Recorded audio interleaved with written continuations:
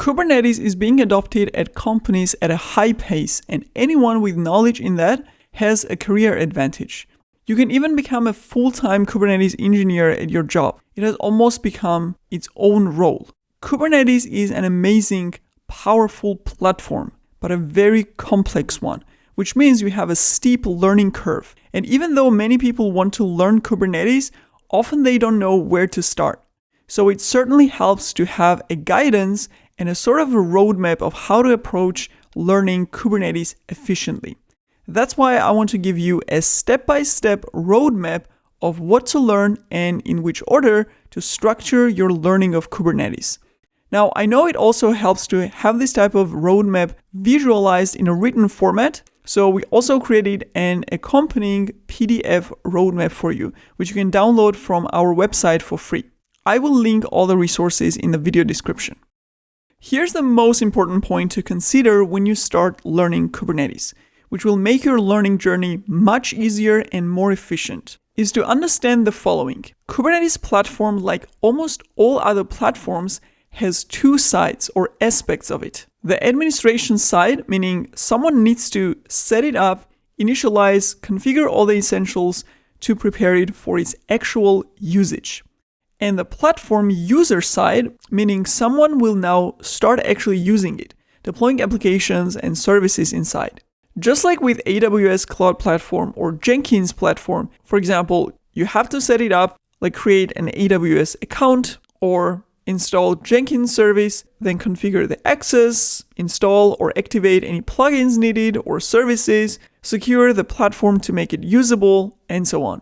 And once that's done and accesses are given, the engineers who actually need to use the platform will create the pipeline on Jenkins or deploy their application to AWS platform, and so on. So these are two different roles. So we need to differentiate and draw the line between the two.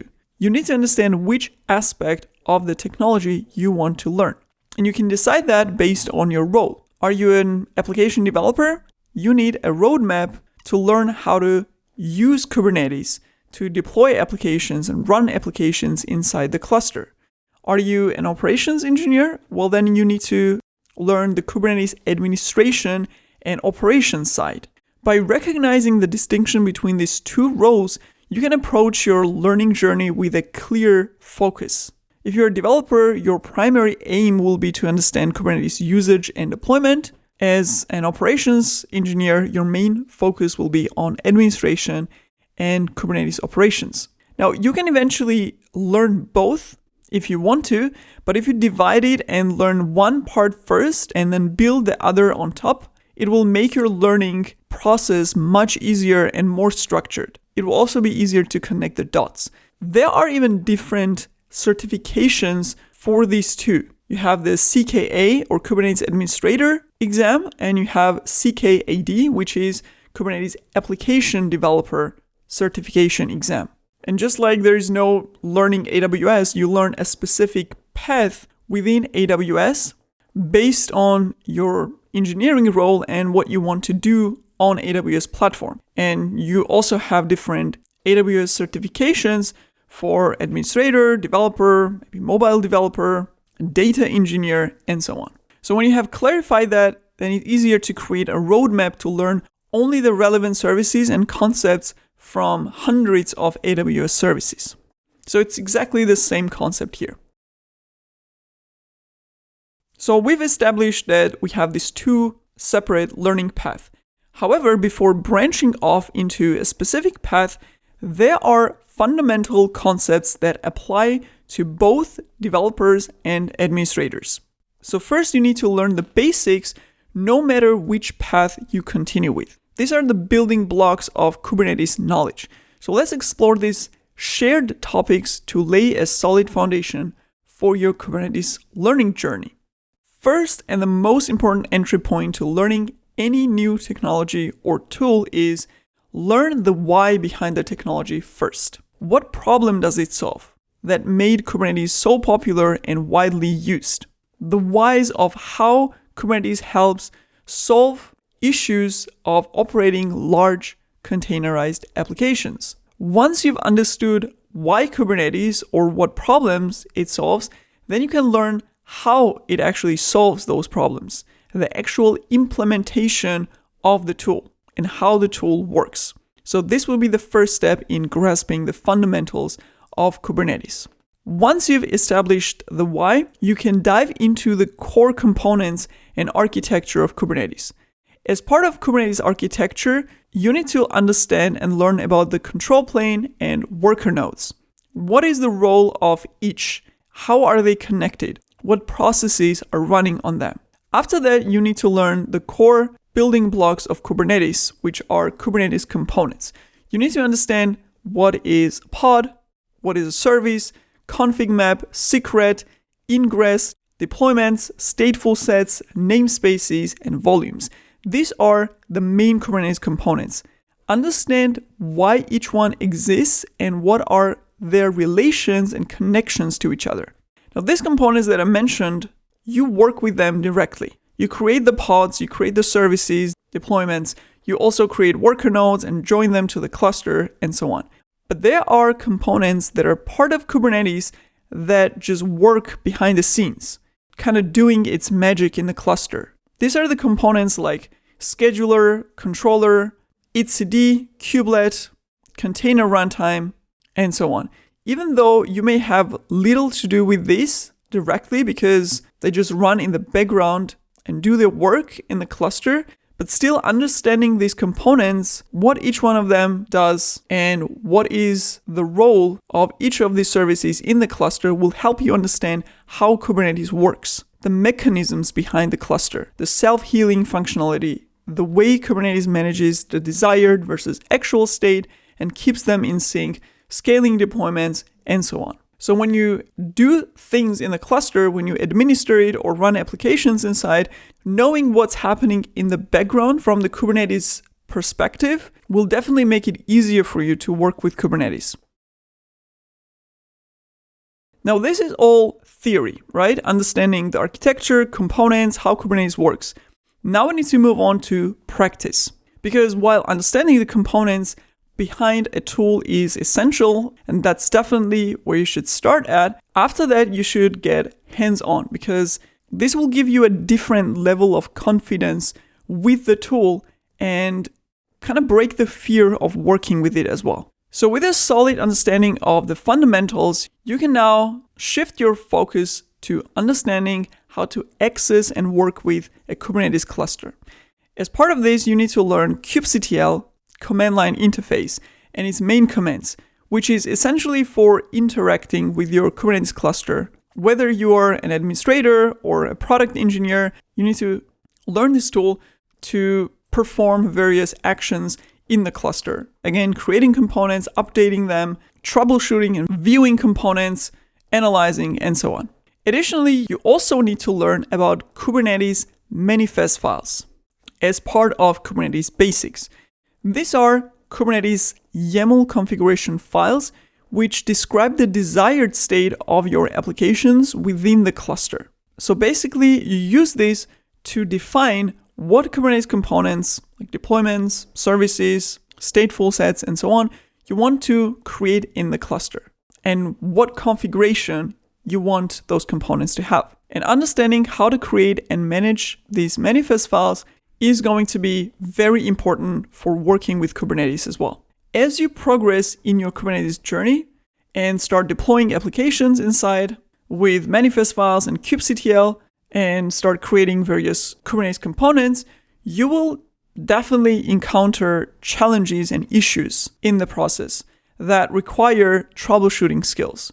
So you also need to learn kubectl commands for troubleshooting, as well as other ways of getting insights into the cluster and what's going on with your components, like getting insights into cluster networking, the component configuration, the runtime environment of your applications, and so on. So troubleshooting is an essential skill you will need to practice in order to work with and learn even more about Kubernetes and how things work inside the cluster. Now, when you learn how to create components and run various services in Kubernetes, you will soon notice that Kubernetes is a powerful and very flexible platform. It's not very opinionated and you can do a lot in the cluster. So it gives you a lot of flexibility. But this also means that you can do a lot wrong, like misconfiguring things with bad practices. And that's where details of common misconfigurations will actually help you a lot, knowing from the start what are some things that people without experience in Kubernetes may misconfigure. Things that are not really logical or intuitive and where people mostly make mistakes. And I find it easier to start with bad practices and learn explicitly what not to do before learning about the best practices. Because you learn exactly what to avoid and importantly, why to avoid them. And this will also teach you more about how Kubernetes works and why are things a certain way. Such details are usually missing in the official documentations or other common learning resources, which teach you about a feature or a component, but usually they don't mention such details.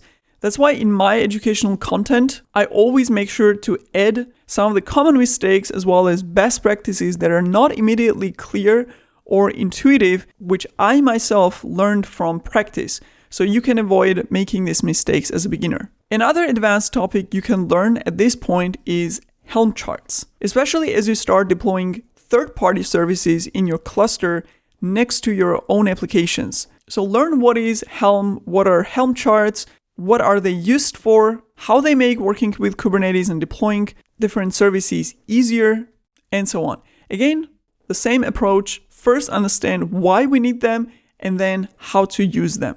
So this will basically be a really solid, good foundation of Kubernetes knowledge. Doesn't matter which path you continue with, this will already get you to the level where you know exactly what Kubernetes is, how to work with, and you're confident with the tool. And all this till here, you can actually learn on my channel. I have videos on all these topics and I will link them in the video description. So you don't have to search for those resources elsewhere. So now that we have a foundation of Kubernetes knowledge, based on your engineering role and direction you want to go into, you can now branch out to either Kubernetes administrator side or Kubernetes user side. Let's start with the Kubernetes administrator roadmap first. On this foundation, you can now build the knowledge you need to administer and operate a Kubernetes cluster. First, start by understanding different ways of operating Kubernetes cluster, like self-managed and managed Kubernetes services, which are offered by cloud providers such as AWS EKS or Azure AKS, and understand the pros and cons of each one and the differences between them. This will help you make informed decisions about how to operate Kubernetes cluster for your specific organization or your engineering teams. Another important concept you need to learn as a Kubernetes administrator to do your job effectively is networking in Kubernetes. Networking plays an important role in how various components communicate within a cluster. You should learn the concepts such as ingress, network policies, pod-to-pod communication, pod-to-service communication, Kubernetes network interface and network plugins, cluster DNS service, and so on.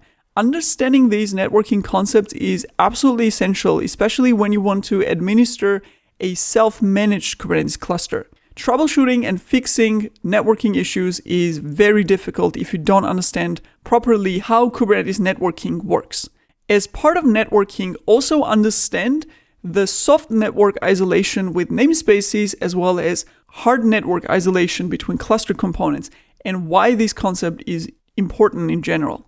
Now, most of the networking functionality, once you install network plugin in cluster, is automatic. So in terms of establishing communication between cluster components or joining new servers to the Kubernetes network, Kubernetes does a lot of these out of the box without much effort and configuration need from administrator, which is great. But there is another essential responsibility of a Kubernetes administrator that you need to explicitly configure and set up. And you need to set up properly with best practices. And this is cluster access management. Basically, who can do what in the cluster. As I said, Kubernetes is complex and powerful. So you don't want unauthorized people with little knowledge of Kubernetes to have admin permissions to mess everything up. So understanding Kubernetes RBAC or role-based access control is very important to make sure that everyone has correct access permissions to the cluster resources and everyone can do their job without messing things up in the cluster.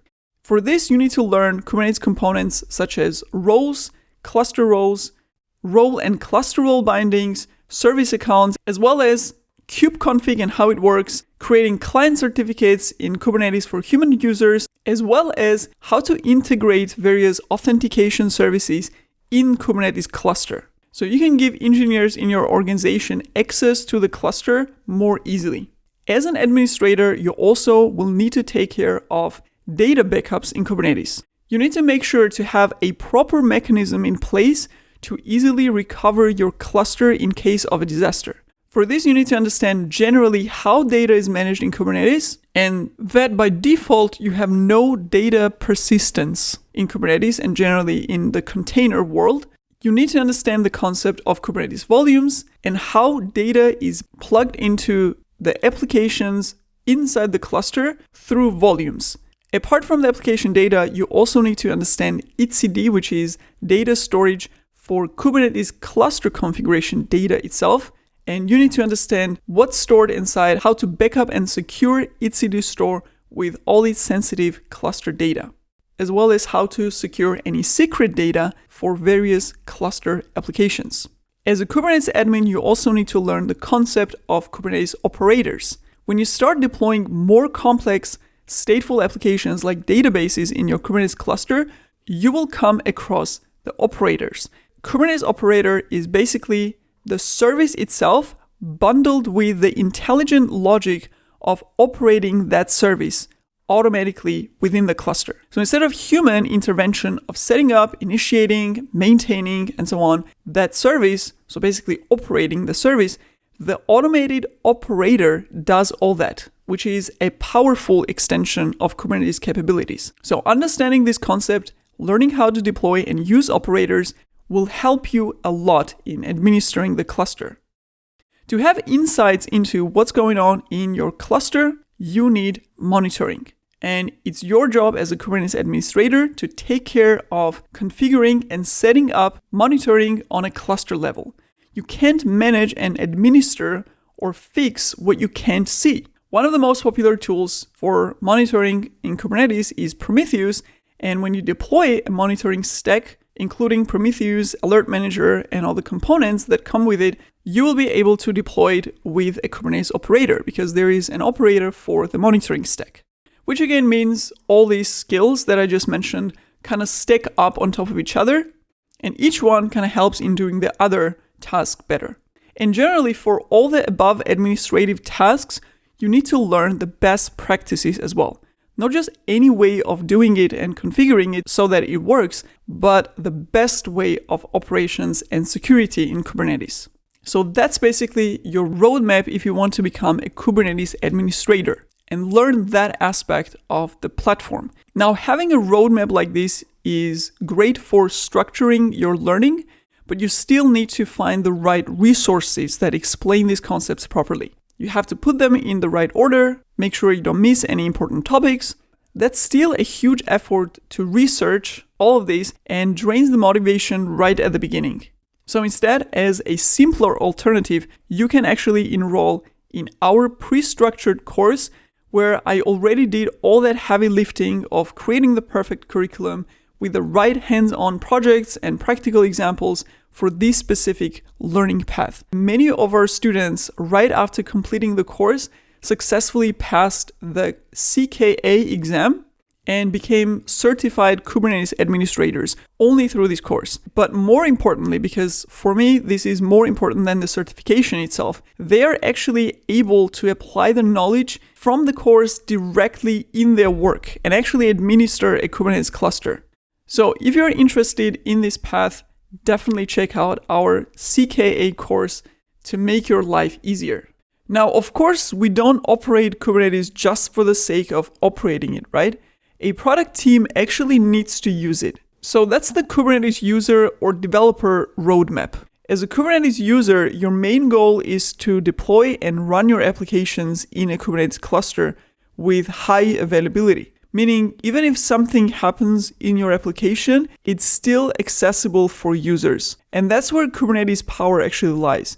So you need to understand the concepts of replicating your application in Kubernetes, scaling your application up and down to adjust to the load.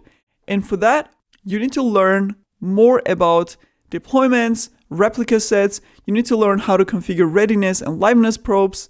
And you need to also learn how to achieve all that for stateful applications as well. But as I mentioned at the beginning, all such cluster components are defined through Kubernetes manifest files. So we send those manifests to Kubernetes to actually apply them. And they contain a definition of what the desired cluster state should be.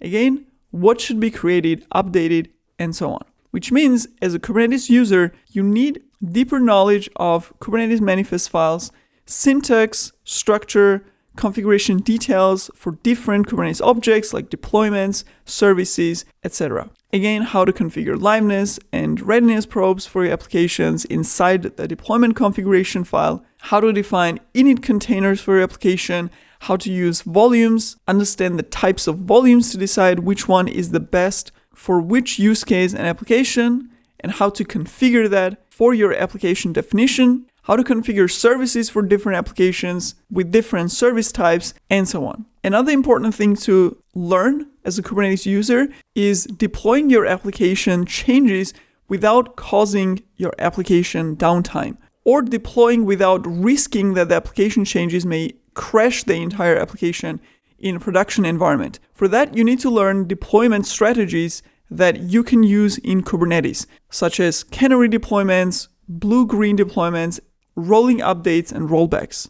And when you know these deployment strategies, you can decide which one fits best for your application and for your cluster. When deploying your application changes to Kubernetes, you won't be doing that manually. As part of your developer workflow, you will have CI/CD release pipeline configured that actually deploys to the end environment. So you need to learn how to integrate CI/CD into Kubernetes cluster to do automatic deployments, whether it's a self-managed or managed Kubernetes service. Again, with best practices and the right deployment strategy for your application within the frame of Kubernetes. Knowledge of those configuration details that I just mentioned may be even more important when you're deploying more complex microservices applications, because now you have to connect them properly within the cluster and configure all needed third-party services for your microservices application. And that's where you will need to learn more about services that you can deploy inside cluster for such microservice application, like a service mesh, for example. You also need to understand how to handle traffic to the cluster as well as between your services. So that will be the part that covers usage of Kubernetes to the advanced level. Now, hopefully this gives you a clear roadmap of how to structure your learning and helps you get started. There are many resources out there, official documentation, articles, individual videos that you can put together to learn all this stuff. But I know from experience that this is still a lot of effort and time to research and find the right resources. Thinking about the roadmap and structuring, having to collect all the learning resources, analyze which ones are easy to follow and understandable, not outdated, not missing important information, making sure you don't have knowledge gaps left, and so on. If you don't want to go through this process and make it easier for you, save your time and energy, as I mentioned before, you can use our courses to learn all this. You just follow the prepared path, which is perfectly laid out for you, and learn both the whys to really understand the concepts, as well as hows of practically working with the tool and actually implementing these things. So in terms of learning resources, as a starting point for the shared knowledge that you need for both directions, you can use my 1-hour Kubernetes video or the 4-hour tutorial video, which are both on my YouTube channel and absolutely free. If it's easy to follow and understandable for you, and you decide you want to learn Kubernetes properly to the advanced level for the administration path, you can use our CKA course. And if you want to build on top of that, learn how to use Kubernetes to the advanced level as well as other operational parts of Kubernetes, you can enroll in our DevOps Bootcamp, where I teach Kubernetes in combination with various other DevOps technologies, including the managed Kubernetes service, AWS EKS, automating Kubernetes cluster provisioning with Terraform, deploying from Jenkins CI/CD pipeline to Kubernetes cluster, monitoring and alerting in Kubernetes, and more, based on actual real-life use cases that you can apply directly at work as an engineer. And if you want to take it even one step higher and learn about the security best practices and secure configuration of Kubernetes cluster specifically, then soon we're releasing a full DevSecOps bootcamp where a large part of that bootcamp will actually cover security in Kubernetes to the advanced level. So you can also use it as different steps of learning the basics and then moving to the next level of learning and acquiring new engineering skills. But regardless of which resources you use to learn, be sure to follow this roadmap step by step. For each concept, first understand the why and then immediately put it in practice, so you can have the full picture of the theory and practice. If you decide to learn yourself, take a containerized, Dockerized, open source application and deploy that to a Kubernetes cluster. You will learn a lot in that process alone to at least get started and break through the fear of working with Kubernetes. I hope this comprehensive roadmap will guide you through your Kubernetes learning journey. Please let me know in the comments if it did actually help to break it down like this. And also, if you want me to do similar roadmap videos on any other technology or platform, also let me know in the comments. I try to read all your comments and respond to all of them as much as I can. And I absolutely appreciate hundreds and thousands of positive comments and amazing feedback you guys leave under my videos. So thank you for that. And with that, as always, thank you for watching and see you in the next video.